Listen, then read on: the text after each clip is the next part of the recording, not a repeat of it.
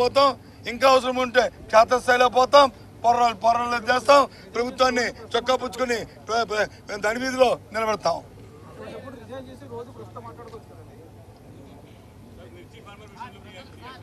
ఏంటి మిర్చి ఫార్మర్ చెప్పగా మా డిమాండ్ మిర్చి ఫార్మర్స్కి మద్దతు ధర ప్రభుత్వం ప్రకటించాలి.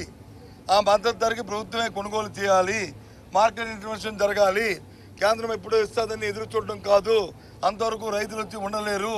రైతులు ఆత్మహత్యలు చేసుకుంటున్నారు, ఇబ్బందులు పడుతున్నారు. దయచేసి ప్రభుత్వం ఆలోచన చేయాలి అనేది మా demand. Okay,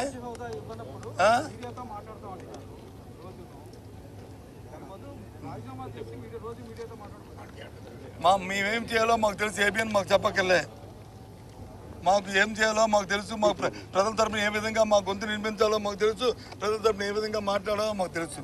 okay, thank you.